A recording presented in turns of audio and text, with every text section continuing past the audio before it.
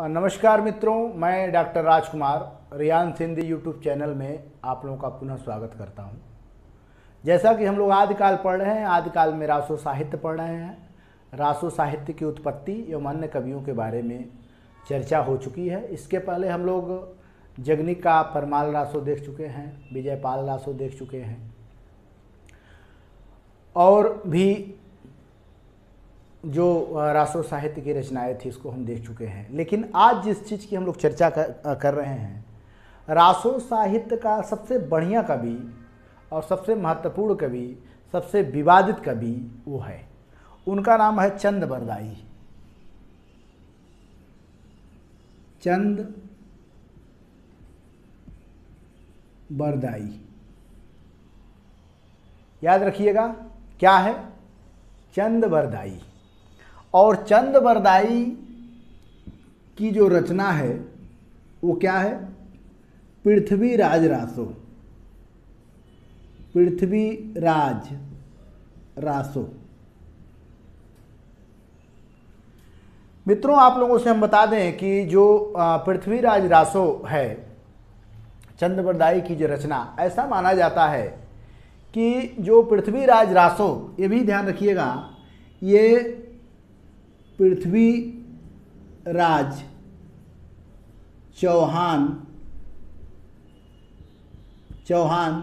तृतीय, ध्यान रखिएगा, पृथ्वीराज चौहान तृतीय की ये कथा है, पृथ्वीराज रासो।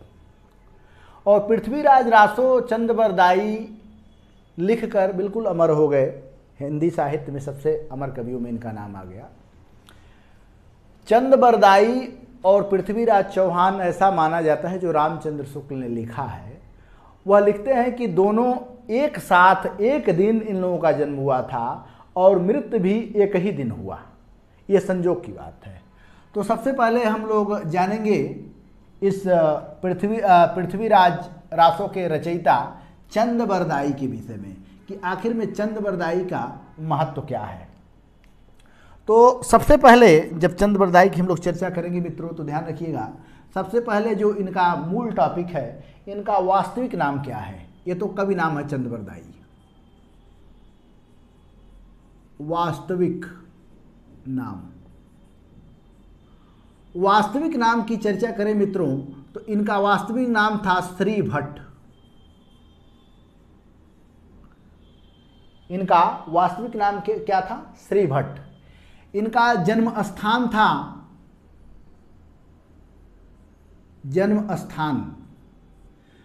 स्थान मित्रों लाहौर है, इस समय पाकिस्तान में है। जन्म स्थान लाहौर है। इनके पिता चंद बरदाई के जो पिता थे, ठीक है, चंद बरदाई के पिता का नाम था मल्ल। क्या नाम था, मल्ल। इनके पिता का नाम मल्ल था और इनकी पत्नी का नाम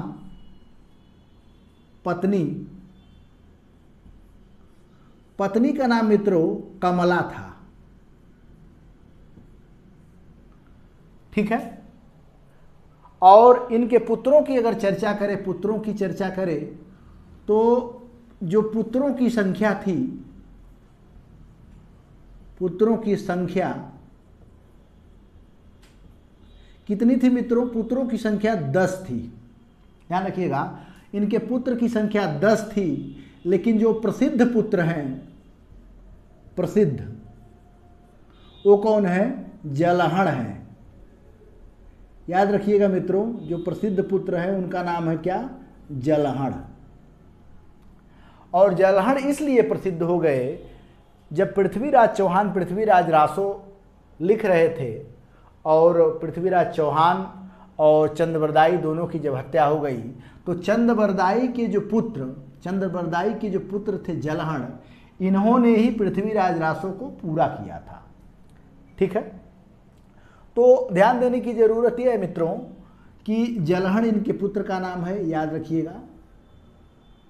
यह इनके मतलब इनका चंद बरदाई का साहित्यिक, इनका व्यक्तित्व का परिचय है। कम से कम इतनी बातें आप लोग जानकारी रखें। दूसरा पॉइंट जो सबसे महत्वपूर्ण पॉइंट है मित्रों, वह दूसरा पॉइंट, महत्वपूर्ण पॉइंट ये है जिसका इनकी जो रचना है पृथ्वीराज रासो,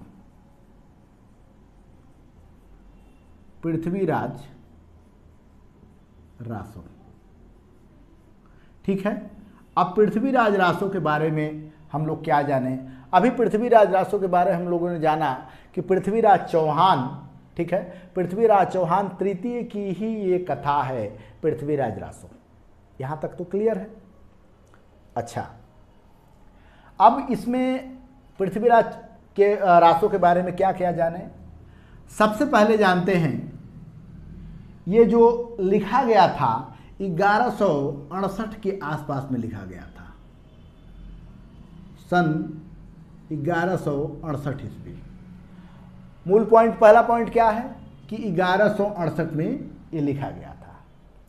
इसमें समय की बात करें, समय आज की डेट में खंड, पर्व, समय, पहले जब आदिकाल में जो भी आप लोग देखेंगे महाभारत का जो विभाजन हुआ है पर्वों में हुआ है, यहाँ समय में आबद्ध है। ठीक है, तो खंड, समय या पर्व बात एक ही है। यहाँ जो पृथ्वीराज रासो का जो कई खंडों में विभाजन हुआ यानी कई भागों में लिखा गया, इसमें 69 समय में आबद्ध है। याद रखिएगा, दूसरा पॉइंट क्या है, 69 समय में आबद्ध है। रचना कितने समय में है, दूसरा पॉइंट क्या है कि ये रचना 1168 के आसपास में लिखी गई, इसमें 69 समय है। इसके बाद तीसरा पॉइंट मित्रों इसमें सबसे महत्वपूर्ण क्या है, इसका जो पहला समय है, पहला समय, ठीक है, इस पहला समय का नाम ही आदि पर्व है। क्या है, आदि पर्व। पहला समय कौन सा है, उसका क्या नाम है मित्रों, पहला समय है कौन, आदि पर्व। ठीक है, और इस आदि पर्व में, इस आदि पर्व में क्या होता है, आदि पर्व में एक बात लिखी गई है जिससे चंद्रबरदाई के ज्ञान के बारे में पता चलता है कि चंद्रबरदाई कितने ज्ञानी थे। उसमें क्या लिखा गया है इस आदि पर्व में मित्रों, ध्यान रखने की जरूरत है। इस आदि पर्व में लिखा गया है उक्ति धर्म, उक्ति धर्म, उक्ति धर्म विलासस्य,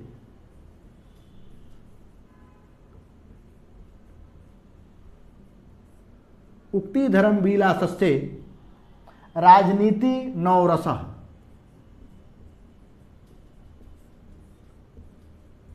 राजनीति नवरसः। ठीक, दूसरी लाइन क्या है इसमें, दूसरी लाइन है कि षड्भाषा,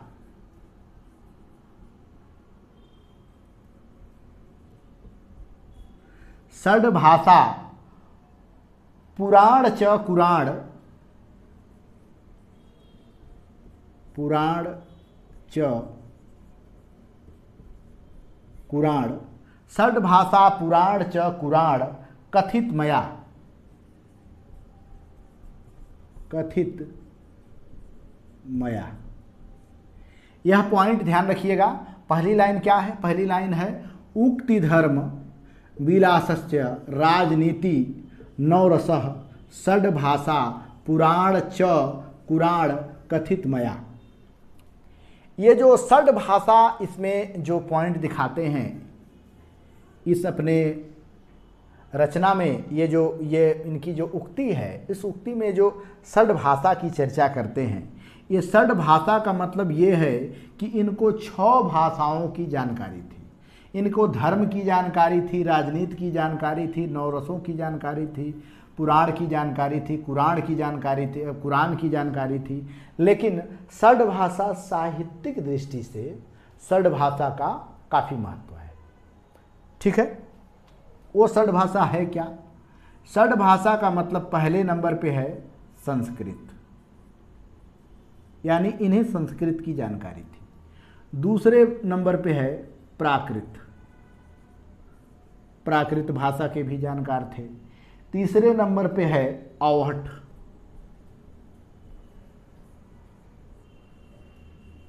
अवहट की भी जानकारी थी। चौथे नंबर पे है पैसाची,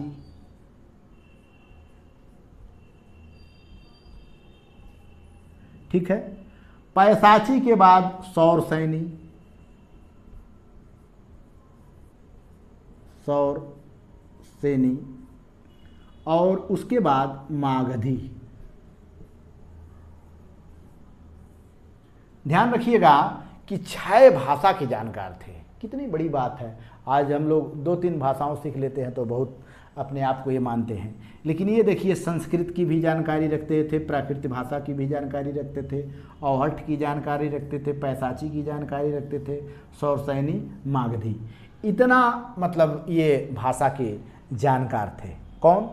ये क्या बोलते हैं? पृथ्वीराज रासों के रचयिता चंद्रबरदाई। और ये कहाँ दिखाए हैं? पहला समय 69 समय में जो पहला समय आता है आदि पर्व में ये इस बात की चर्चा की गई है। अब मूल पॉइंट और क्या है? मूल पॉइंट ये है कि संवाद शैली में कथा चलती है। किस शैली में? संवादात्मक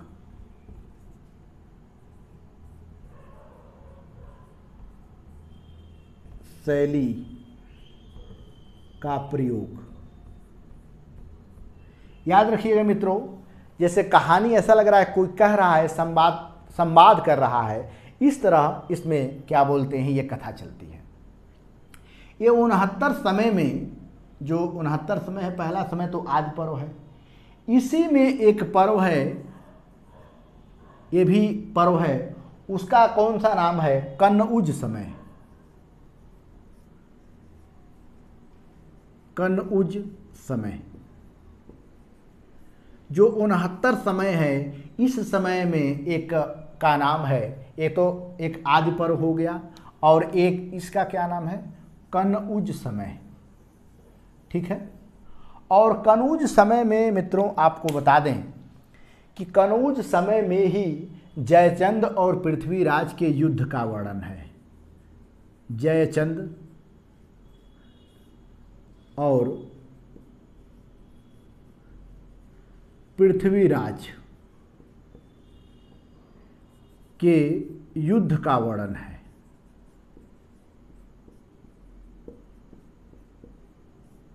देखिए मित्रों, ये वास्तव में युद्ध हुई कैसे?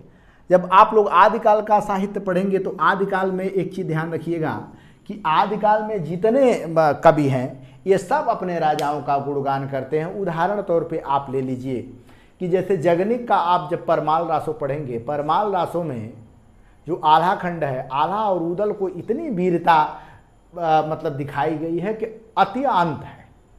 और उस वीरता का पतन किसने किया?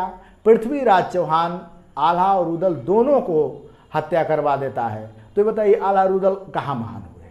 दूसरी बात, इसी तरह जैसे ये चंद्रबरदाई पृथ्वीराज के बारे में बताता है, सूर्य है, चंद्रमा है, लेकिन इस पृथ्वीराज चौहान को मोहम्मद गोरी मार देता है। अच्छा, ये जिस जयचंद को हम लोग जैसे ये कहते हैं कि जयचंद बागी था, जयचंद देशद्रोही था, लेकिन ये हम लोग की मूर्खता है। क्यों? क्योंकि जयचंद के लड़की को, ठीक है, जो संगीता थी, पृथ्वीराज चौहान स्वयंवर के दिन लेकर फरार हो गया था।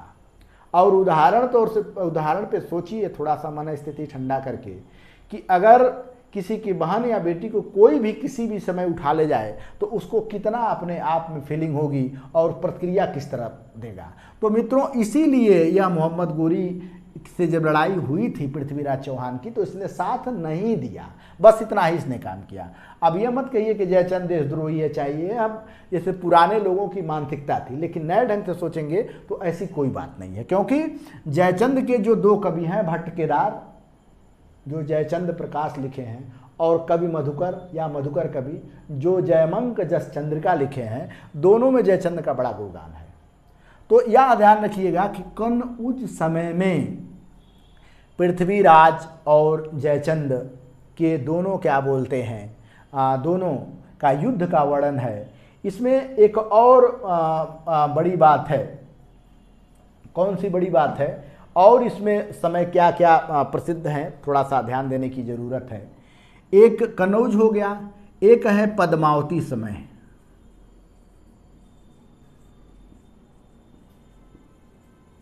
ठीक है, एक है पद्मावती समय, जिसमें संयोगिता के सुंदरता का चित्रण है।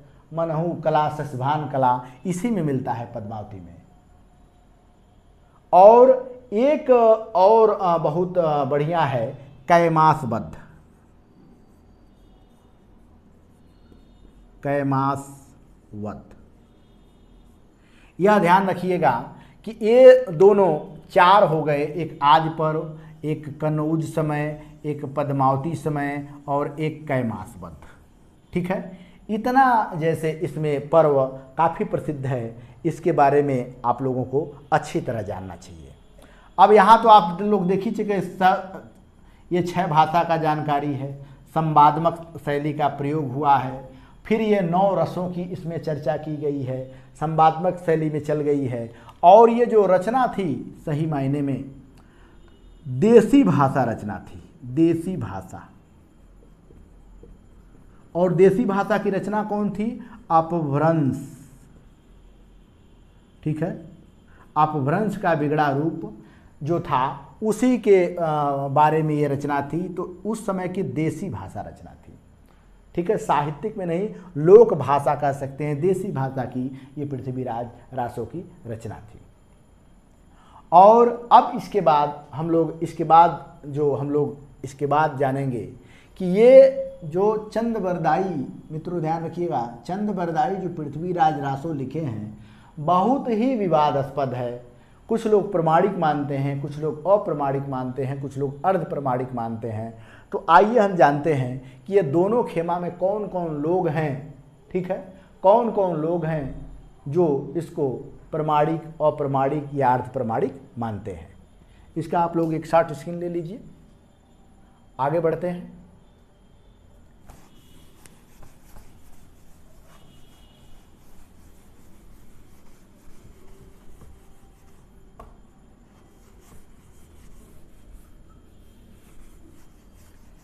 देखिए, हम जानने के लिए सब जानते हैं, लेकिन कहने का मतलब आप कितना भी जानते हो, लेकिन आप जिज्ञासु बने रहिए और लगातार पढ़ते रहिए जब तक कि परीक्षा निकल न जाए।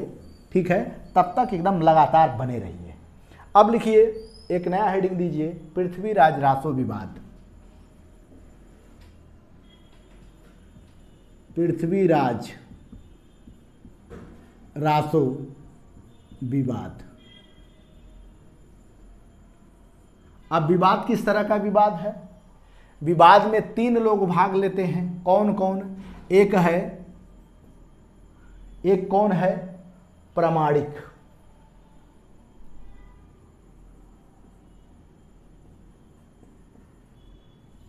यह है प्रमाणिक वर्ग, ये प्रमाणिक वर्ग है। और एक है अप्रमाणिक वर्ग।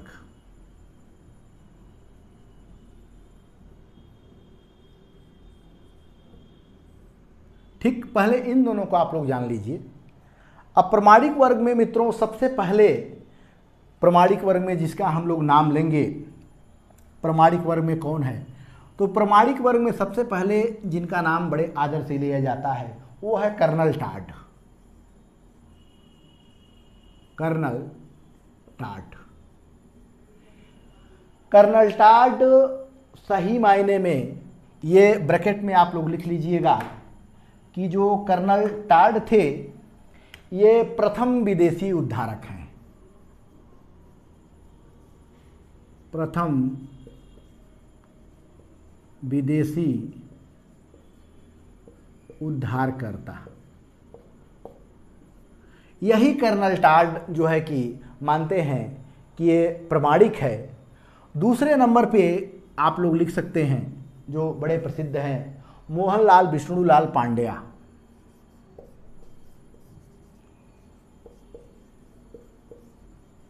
मोहनलाल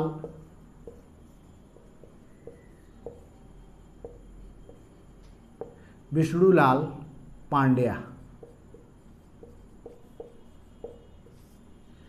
देखिए मोहनलाल विष्णुलाल पांड्या, ये प्रथम तो मान लीजिए ये हो गए कर्नल टाट, जो प्रथम जैसे उद्धारकर्ता के रूप में है। दूसरा जिनका हम नाम लिए हैं मोहनलाल विष्णुलाल पांड्या, ये कैसे प्रमाणित मानते हैं, थोड़ा सा आप इसको नोट करिए कैसे प्रमाणित मानते हैं। ये पृथ्वीराज रासो के, नोट करिए, पृथ्वीराज रासो के संदर्भ में एक इनका निबंध है, प्रथम संरक्षा निबंध। प्रथम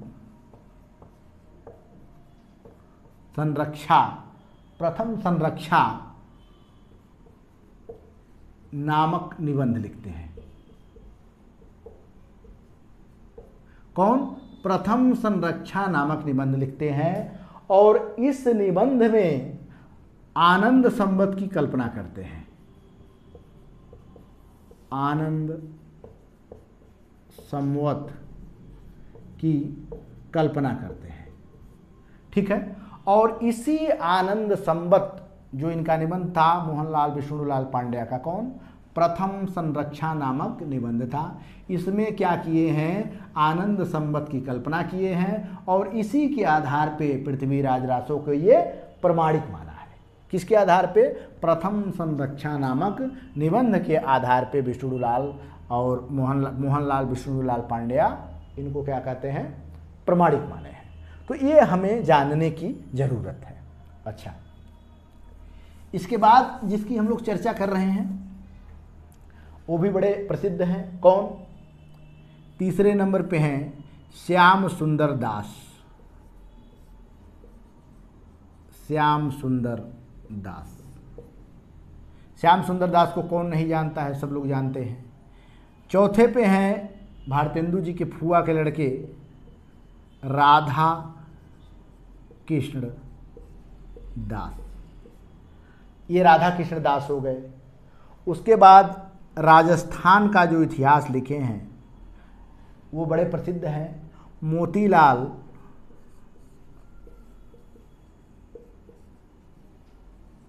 मैनेरिया। कौन हो गए? मोतीलाल मैनेरिया। और उसके बाद एक और नाम बड़ा प्रसिद्ध है, वो भी लिख लीजिए, मिश्र बंधु।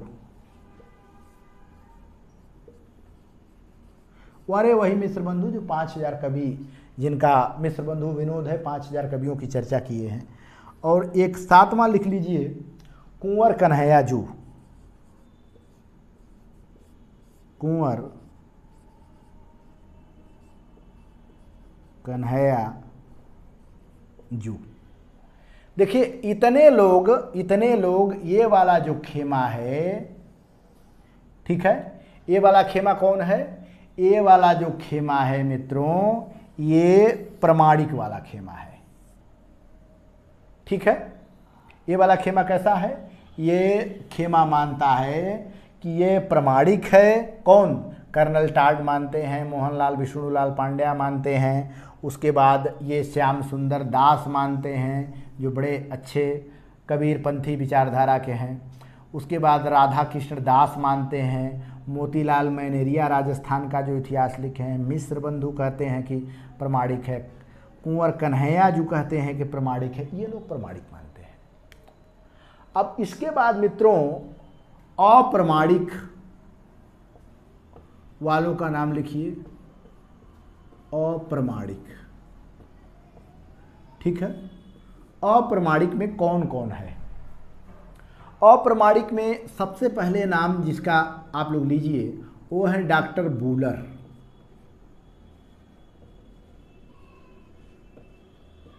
देखिए जो डॉक्टर बूलर थे ये क्यों अप्रमाणिक माने? डॉक्टर बूलर जब क्या करते हैं, एक कश्मीर के कवि हैं। कौन? कश्मीरी कवि। कश्मीरी कवि का क्या नाम है? जयान नाम है, जयान। ये कवि हैं जयान। इन्हीं की एक रचना है। वो रचना कौन है? पृथ्वी राज विजय, याद रखिएगा पृथ्वीराज विजय इनकी रचना है। और इसी रचना के आधार पे किसकी रचना के, जयानक जो कवि हैं, काश्मीरी जयान जो कवि हैं, इसी जयान की रचना है पृथ्वीराज रासो। और इसी रचना के आधार पर डॉक्टर बूलर ने पृथ्वीराज रासो को अप्रमाणिक करार दे दिया कि ये प्रमाणिक रचना नहीं है, शुद्धता का अभाव है। ये इनका आप लोग नाम जान गए। उसके बाद दूसरे जो बड़े महत्वपूर्ण कवि जिनका आप लोग नाम ले सकते हैं, शुक्ल जी। शुक्ल जी, शुक्ल जी क्या है मित्रों? शुक्ल जी ऐसे व्यक्ति हैं जो खुद बेचारे विवादों में घिरे हुए हैं। एक तरफ कहते हैं कि पृथ्वीराज रासो, ठीक है, हिंदी साहित्य का प्रथम महाकाव्य है। दूसरे तरफ कहते हैं कि चंदबरदाई हिंदी साहित्य का प्रथम महाकवि है। आप फिर कह देते हैं कि ये रचना जाली रचना है, मतलब अपने ही बात से फिरते हैं। तो शुक्ल जी ने पृथ्वीराज रासो को अप्रमाणिक माना है। क्या माना है? अप्रमाणिक। अब भाई जब पृथ्वीराज रासो जब अप्रमाणिक मान देंगे तो इनके चेले कैसे नहीं मानेंगे? एक है राम कुमार वर्मा। जब ये पर अप्रमाणिक मान दिए शुक्ल जी, मानो रामचंद्र शुक्ल मान लिए, तो राम कुमार वर्मा क्या बात। तो जब ये मान रहा है तो हम भी मानेंगे। अब क्या करते हैं कि ये भी माने कि भाई गलत रचना है, ये अप्रमाणिक रचना है। उसके बाद एक थे, क्या नाम था उनका? गौरी शंकर हीराचंद ओझा। गौरी शंकर, ठीक है, हीरा चंद ओझा। ये भी कहे कि अप्रमाणिक है, प्रमाणिक नहीं है। मुंशी देवी प्रसाद,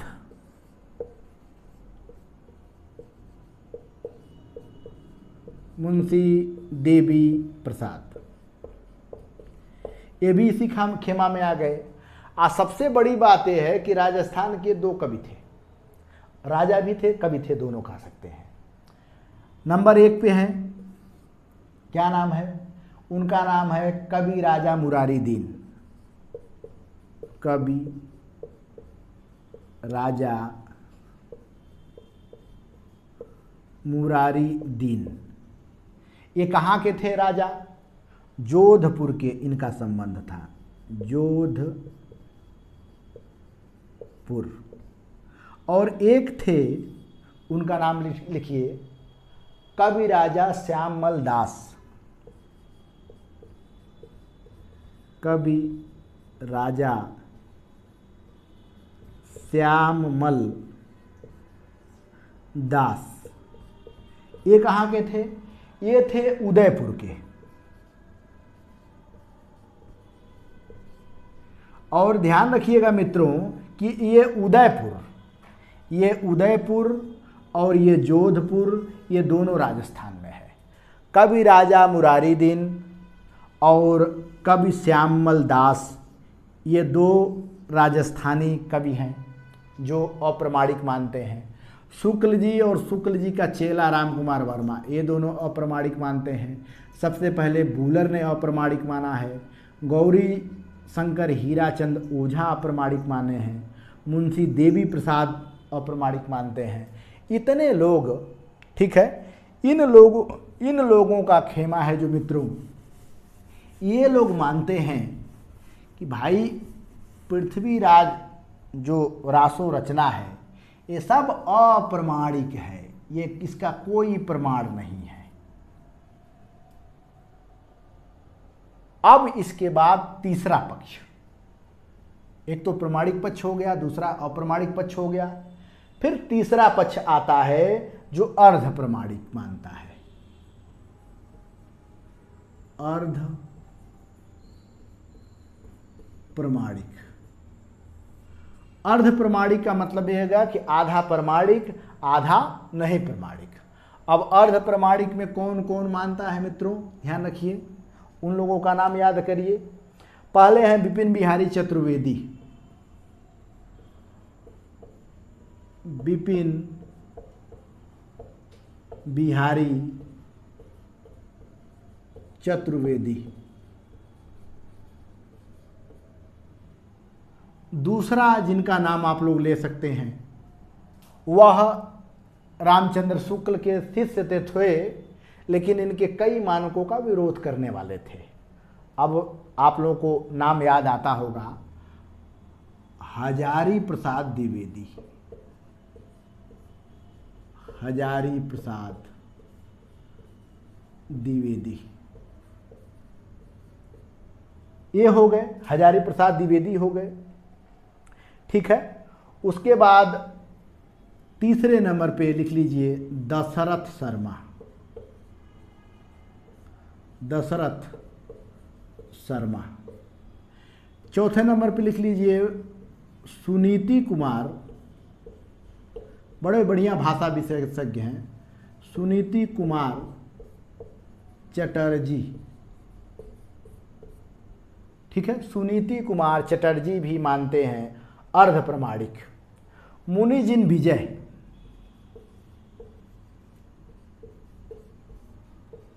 मुनिजिन विजय, यह क्या कहते हैं, मुनिजिन विजय अर्ध प्रमाणिक है। और एक नाम और लिख लीजिए, अगर चंद्र नाहटा। ठीक है, तो ध्यान रखिए कौन कौन हो गए। एक तो बेचारे विपिन बिहारी चतुर्वेदी हो गए, दूसरा हजारी प्रसाद द्विवेदी हो गए, दशरथ शर्मा हो गए, सुनीति कुमार चटर्जी हो गए, एक मुनिजिन विजय जी हो गए और एक नाहटा साहब हो गए। तो चतुर्वेदी द्विवेदी शर्मा चटर्जी विजय नाहटा ये लोग हैं अर्ध प्रमाणिक मानते हैं इस रचना को। एक नया गोल आ गया जो बड़ा ये तीनों धाराओं से अलग था, उसका भी नाम याद रखिए कि वो नया गोल कौन था। अभी तक रामचंद्र शुक्ल इसको क्या कहते हैं, महाकाव्य कहते हैं, लेकिन एक नरोत्तम स्वामी हैं, क्या नाम है, नरोत्तम स्वामी। नरोत्तम स्वामी क्या कहते हैं कि पृथ्वीराज रासो, पृथ्वीराज रासो मुक्तक काव्य है, मुक्तक काव्य है। ये अलग हैं, सबसे अलग विचारधारा के दिखाई देते हैं। तो मित्रों ध्यान रखिएगा, ये प्रमाणिक वाला अंश, अप्रमाणिक वाला अंश और अर्ध प्रमाणिक के बाद इनका भी नाम याद रखिएगा, नरोत्तम स्वामी जो अकेले एक खेमा चलाए हैं और उस खेमा में ये बेचारे अकेले पड़े हुए हैं। तो इन कवियों के जो कवि के बारे में जिन विद्वानों का विचार है, उनके विचारों को आप अच्छी तरह पढ़िए। इसका एक शॉर्ट स्क्रीन ले लीजिए, एक चार्ट बनाइए, अपने घर में टांग दीजिए, धीरे धीरे करके एकदम क्लियर हो जाएगा कि कौन प्रमाणिक माना है, कौन अप्रमाणिक माना है, ऐसे नहीं क्लियर होगा। अब इसके बाद जो नया टॉपिक है वह लिखिए, पृथ्वीराज के संदर्भ में विभिन्न विद्वानों का मत।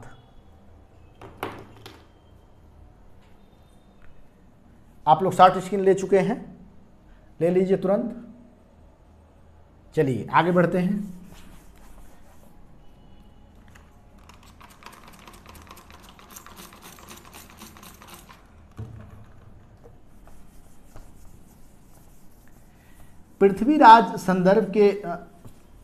पृथ्वीराज रासो के संदर्भ में कई विद्वान अपने अपने बहुत बढ़िया विचार प्रस्तुत किए हैं, जो आलोचनात्मक दृष्टि से या तैयारी करने की दृष्टि से आप लोगों को यह जानना चाहिए कि इन रचनाओं के बारे में किसने क्या कहा। तो सबसे पहले चंद्र शुक्ल जी के बारे में आप लोग लिखिए, हेडिंग डाल लीजिए, पृथ्वीराज रासो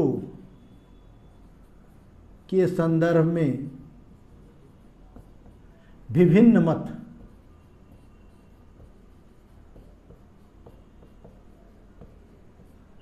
ठीक है, पृथ्वीराज रासो के संदर्भ में विभिन्न मत। इसमें पहला मत आप लोग डाल लीजिएगा रामचंद्र शुक्ल का, रामचंद्र शुक्ल। और रामचंद्र शुक्ल के बारे में दो विचार तो आपको याद ही रहना चाहिए। वो कौन विचार? पहला पॉइंट इनका याद कर लीजिए। पहला पॉइंट क्या? ये पहला पॉइंट में कहते हैं कि चंद्रबरदाई हिंदी के चंद्रबरदाई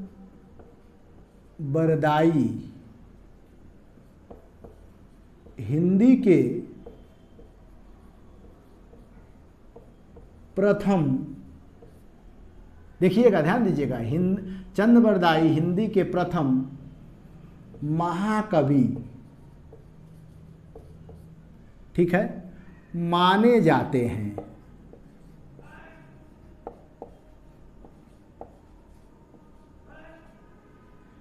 चंद्रबरदाई हिंदी के प्रथम महाकवि माने जाते हैं और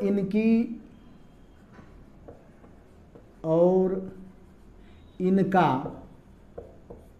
ठीक है, और इनका पृथ्वीराज रासो,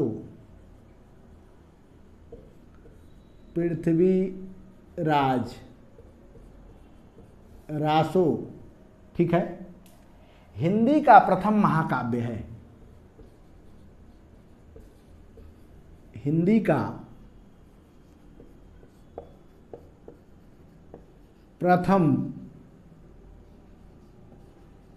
महाकाव्य है। कितनी अच्छी बात है कि हिंदी का प्रथम महाकवि, हिंदी का प्रथम महाकवि, ठीक है, जो व्यक्ति अप्रमाणिक इसको मानता है वही कहता है हिंदी का प्रथम महाकवि चंद्रबरदाई। हिंदी का प्रथम महाकाव्य क्या है? पृथ्वीराज रासो। देखिए कितना विवादित बात है। एक पॉइंट ये हो गया। दूसरे पॉइंट में जो इन्हीं का कथन है, किनका? शुक्ल जी का दूसरा जो कथन, बी वाला कथन है, वह कहते हैं माना कि रासो इतिहास नहीं है। माना कि रासो इतिहास नहीं है। ठीक है, माना कि रासो इतिहास नहीं है, काव्य ग्रंथ है।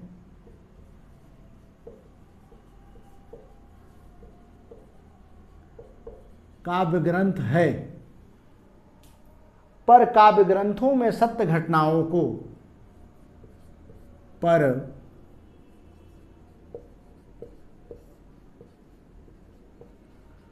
काव्य ग्रंथों में सत्य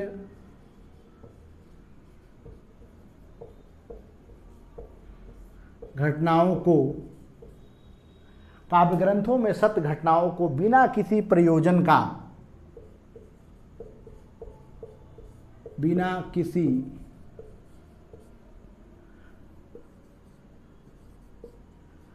प्रयोजन का उलट फेर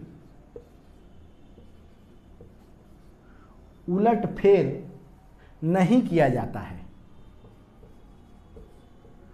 उलट फेर नहीं किया जाता है।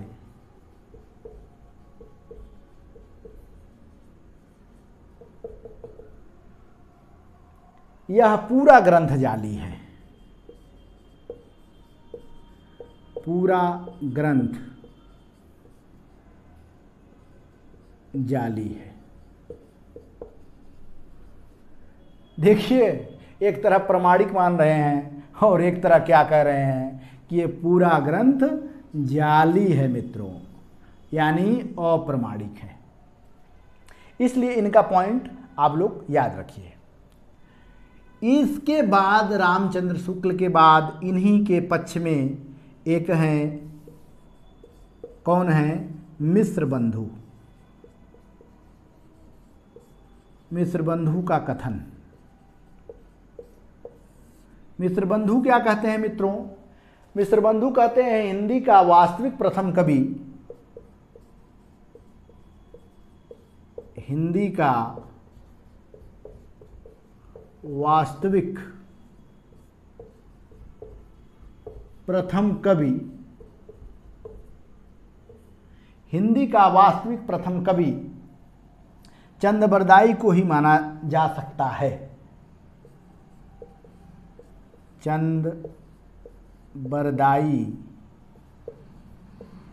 को ही माना जा सकता है।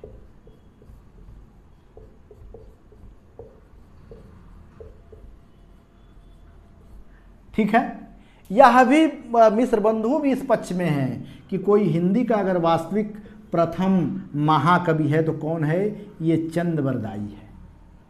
ठीक है, प्रथम महाकवि, ये भी लिख लीजिएगा, महाकवि कौन है मित्रों? तो चंद बरदाई है। जबकि एक है हजारी प्रसाद द्विवेदी जो इन्हीं के चेले हैं, उनको भी लिख लीजिए, हजारी प्रसाद द्विवेदी। हजारी प्रसाद द्विवेदी का क्या कथन है मित्रों?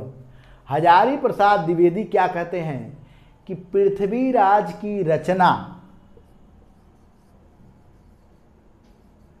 पृथ्वीराज की रचना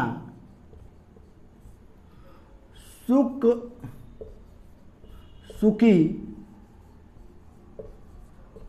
सुकी संवाद पर आधारित है।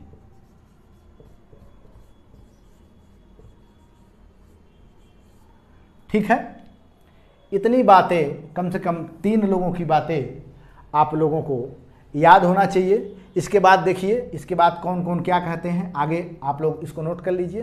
क्या कहते हैं? हजारी प्रसाद द्विवेदी ने कहा पृथ्वीराज रासो को कि सुक सुकी का ये संवाद है, सही मायने में कोई इतिहास ग्रंथ नहीं है, अर्ध प्रमाणिक है।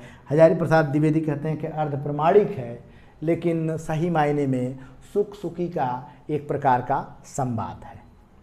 इसके बाद अन्य कवियों के बारे में हम लोग पढ़ते हैं, इसको आप लोग शॉर्ट स्क्रीन कर लीजिए तेजी से। आगे कवियों के बारे में पढ़ते हैं कि इस कवि के बारे में और किन किन लोगों का क्या क्या कथन है, ये बड़ा महत्वपूर्ण होता है।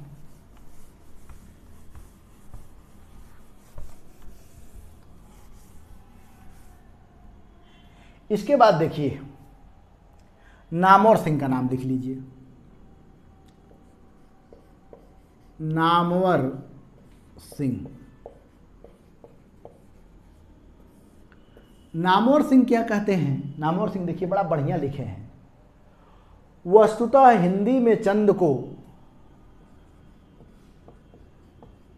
वस्तुतः हिंदी में चंद को, ठीक है, वस्तुतः हिंदी में चंद को छंदों का राजा कहा जाता है, छंदों का राजा कहा जाता है।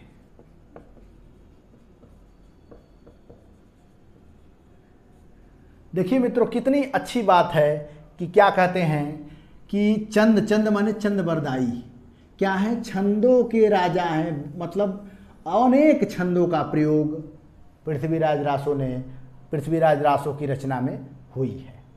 ठीक है, पृथ्वीराज जो रासो रचना है उसमें अनेक छंदों का प्रयोग है। इसीलिए शायद डॉक्टर नामवर सिंह यह बात कहते हैं कि वस्तुतः हिंदी में चंद को छंदों का राजा कह सकते हैं। लेकिन इन्हीं के बगल में एक बैठा लीजिए विश्वनाथ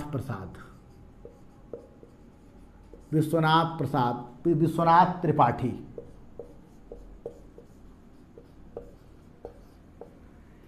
विश्वनाथ त्रिपाठी क्या कहते हैं कि यद्यपि जो छंद हैं, यद्यपि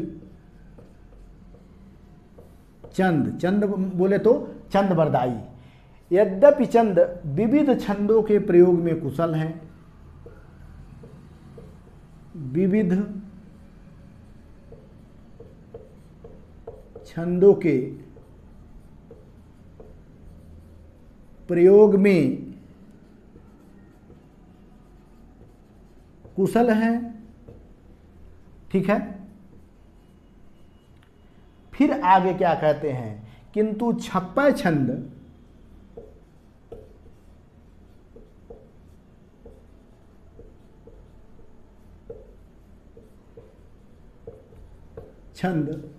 उनका निजी छंद है,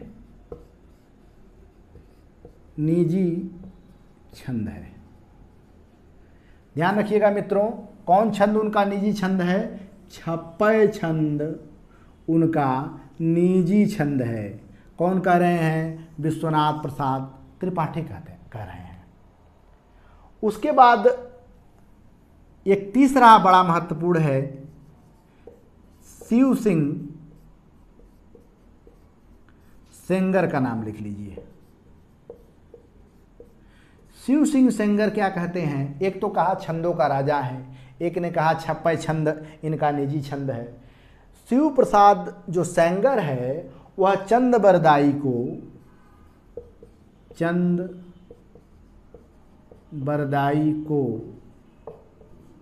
ठीक है, चंद बरदाई को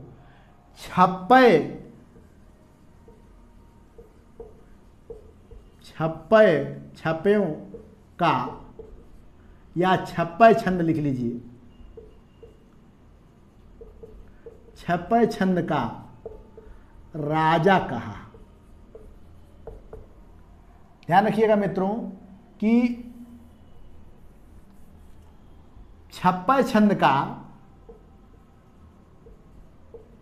राजा कहा। छप्पय छंद का राजा किसने कहा है? छप्पय छंद का राजा या छप्पयों का राजा ये कहते हैं शिव सिंह सेंगर सरोज।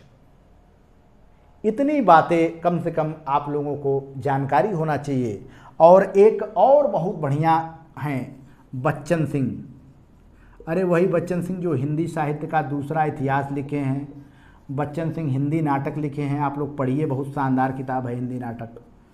बच्चन सिंह कहते हैं कि सही मायने में पृथ्वीराज रासो एक राजनीतिक त्रासदी है। पृथ्वीराज रासो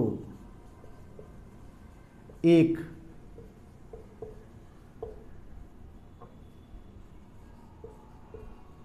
राजनीतिक त्रासदी है। ठीक है, जब भी राजनीतिक या सामाजिक त्रासदी की बात आए तो यहाँ पे याद रखिएगा, राजनीतिक त्रासदी बोले तो बच्चन सिंह ये बात कहते हैं।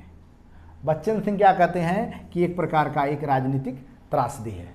अगर इतनी जानकारी मित्रों आप लोग रखते हैं तो हमारे ख्याल से आप लोगों को अच्छी जानकारी हो जाएगी। और इसी के साथ ये पृथ्वीराज रासो और चंद बरदाई ये दोनों की कथा समाप्त होती है। और यह ध्यान रखिएगा कि पृथ्वीराज रासो को पूरा चंद बरदाई ने नहीं किया, इनके पुत्र जलहण ने किया, ये भी ध्यान रखने की ज़रूरत है। कौन किया? जलहण ने किया। बस इसी के साथ मित्रों फिर हम लोग पुनः मिलते हैं। बहुत बहुत धन्यवाद। देखते रहिए रियांश हिंदी वर्ल्ड चैनल। बहुत बहुत धन्यवाद।